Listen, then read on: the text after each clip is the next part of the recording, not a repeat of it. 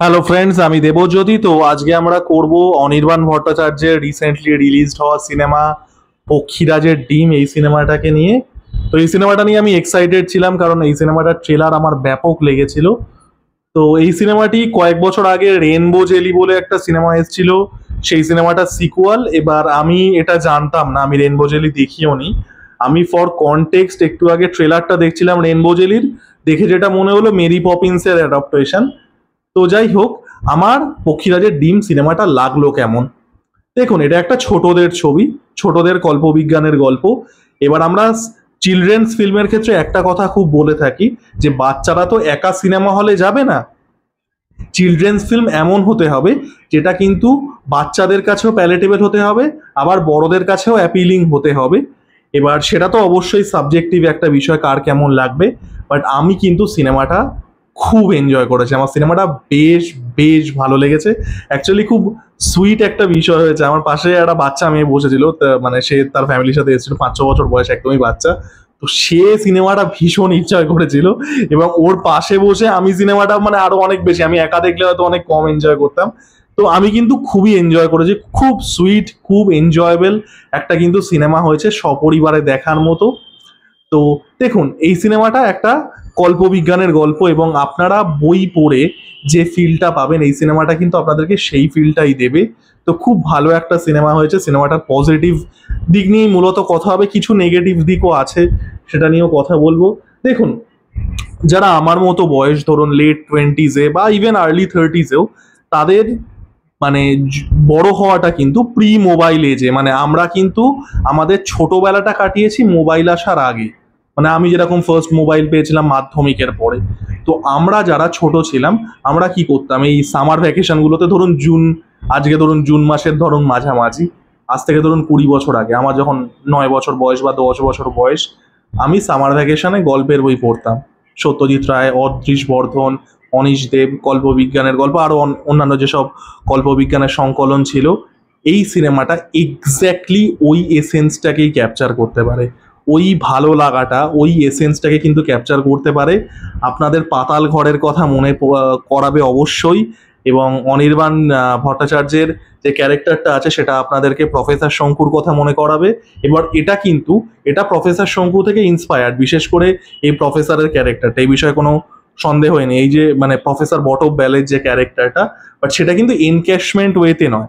মানে প্রফেসর শঙ্কুর সোলটা নেওয়া হয়েছে, ওই এক্সেন্ট্রিসিটিস গুলো, ওই কোয়ার্কস গুলো, ওই একটা বড় বাড়িতে থাকে, মানে তার যে এক্সেন্ট্রিসিটিস গুলো আছে, বাট সেটাকে কিন্তু একটা নতুন ওয়েতে প্রেজেন্ট করা হয়েছে, ঠিক আছে। সো এটা কিন্তু ডাইরেক্ট কপি নয়, ডাইরেক্ট এনক্যাশমেন্ট নয়। তো তা মানে ওই জিনিসটা আমার খুব ভালো লেগেছে, এবং ওভারঅল এই যে একটা ছোটবেলার কল্পবিজ্ঞান পড়া বা ভালো লাগা, সেটাকে ক্যাপচার করতে পারে সিনেমাটা। কিন্তু খুব বেশি, মানে সিনেমাটার মধ্যে যে খুব বেশি কল্পবিজ্ঞান আছে তা কিন্তু নয়, এবং সেটা কেন আমি নেগেটিভে আসছি, নেগেটিভও ঠিক নয়, এটা মানে খুবই আন্ডারস্ট্যান্ডেবল একটা বিষয়। বাট এই জিনিসটা কিন্তু খুব সুন্দর ক্যাপচার করতে পারে। আর পারফরমেন্স প্রত্যেকের খুব ভালো। অনির্বাণ ভট্টাচার্য তো দুর্দান্ত পারফরমেন্স দিয়েছেন, মানে এরকম একটা এক্সেন্ট্রিক একটা প্রফেসর, মানে একটু ছিটিয়াল টাইপের, দারুণ দারুণ। এবং এই যে মানে একটু কোয়ার্কি, একটু এক্সেন্ট্রিক ক্যারেক্টার, একটু এক নচ ওপরে তুলে দারুণ লেগেছে আমার অনির্বাণ ভট্টাচার্যের পারফরমেন্স। এবং পারফরমেন্স প্রত্যেকের ভালো, বিশেষ করে মানে যে লিড দুজন আছে এখানে, লিড বলতে ওই বাচ্চা ছেলে এবং বাচ্চা মেয়ে দুটোই, ওরাই দেখলাম রেনবো জেলিতেও ছিল ট্রেলারে যতটুকু দেখলাম। তো ওদের পারফরমেন্সও কিন্তু খুব ভালো। ছেলেটা বোকাশোকা, অঙ্কে কাঁচা, মেয়েটা খুব স্মার্ট, মেয়েটা খুব ইন্টেলিজেন্ট, এবং দুজনের মধ্যে ডাইরেক্ট প্রেম তো দেখায়নি, বা একটা সফট একটা প্রেমের কিন্তু ছোঁয়া রেখেছে, যেটা কিন্তু খুব সুইট লেগেছে। আর পারফরমেন্স প্রত্যেকের খুব ভালো। আর থার্ড আমি যেটা বলবো সেটা হচ্ছে হিউমারটা কিন্তু এই সিনেমায় খুব ভালো ওয়ার্ক করে। আমাদের হলে মোটামুটি জোনা 40-45 লোক ছিল, যেটা বলেছিলাম জয়া আরতি এগুলোতে বাংলা সিনেমার অডিয়েন্স হয় আমাদের। তো মোটামুটি একটা লোক ছিল, মানুষ কিন্তু হেসেছে হিউমারের সময়। পাশের বাচ্চাটার কথাও যেটা বলছিলাম, লোকে কিন্তু হিউমারটা এনজয় করেছে। এবং হিউমারটা কেমন বলুন তো, হিউমারটা কিন্তু খুব লাউড স্ল্যাপস্টিক গোছের হিউমার নয়। হিউমারটা অ্যাকচুয়ালি অনেক বেশি বুকিশ একটা হিউমার, মানে ক্লেভার ওয়ার্ড প্লেস আছে, মানে ওই ওই ওই রকম টাইপের আর কি, ক্লেভার ওয়ার্ড প্লেস, একটু এক্সেন্ট্রিসিটিস আছে, কমেডিক সিচুয়েশনস তৈরি করা হচ্ছে। যারা গল্পের বই পড়েন তাদের এই হিউমারটা ভালো লাগবে। বল্লভপুরের রূপকথায় যে হিউমারটা ছিল অনেকটা সেই রকমের হিউমার। তো এটা কিন্তু ওই লাউড স্ল্যাপস্টিক কমেডিওয়ালা মানে সিনেমা নয়। আর বিরোধা বেল জোকের তো প্রশ্নই নেই, এটা একটা চিলড্রেন্স ফিল্ম, তো সেসবের ব্যাপার নেই। হিউমারটা কিন্তু খুব ভালো ওয়ার্ক করেছে, সিনেমাতে প্রচুর কমেডি আছে।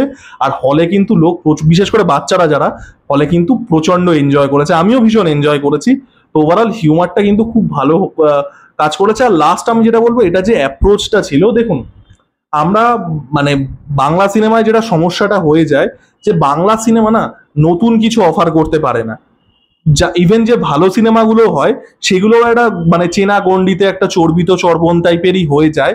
নতুন কিছু অফার কিন্তু সবসময় একটা বাংলা সিনেমার করার থাকে না। যেগুলো ভালো বাংলা সিনেমা হয় সেগুলোরও, যেগুলো খারাপ হয় সেগুলো তো আমি বাদই দিচ্ছি।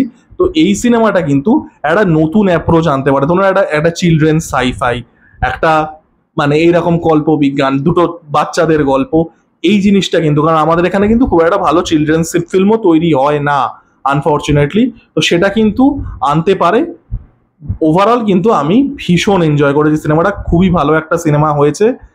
প্রত্যেকে কিন্তু পরিবার নিয়ে যেতে পারেন, যারা ফ্যামিলি নিয়ে গেছিল প্রত্যেকে কিন্তু হাসি মুখে বেরিয়েছে। এটা মানে আমাদের মানে খুবই ভালো লাগছে দেখে যে দুটো বাংলা সিনেমা এলো। গত সপ্তাহে এলো রাস, যেটা অসম্ভব ভালো হয়েছে। এবছর মানে এই মাসে দূর কি বলছি, এই সপ্তাহে পক্ষীরাজের ডিম, যেটাও কিন্তু খুব ভালো হয়েছে এবং দুটোই সপরিবারে দেখার মতো কিন্তু সিনেমা। এবার আমার নেগেটিভ একটা দিকই লেগেছে, এবং যেটা বললাম যে সেটা ঠিক নেগেটিভও না, এটা মানে আন্ডারস্ট্যান্ডেবল। দেখুন এই গল্পটা প্রফেসর শঙ্কুর গল্প থেকে ইন্সপায়ার্ড।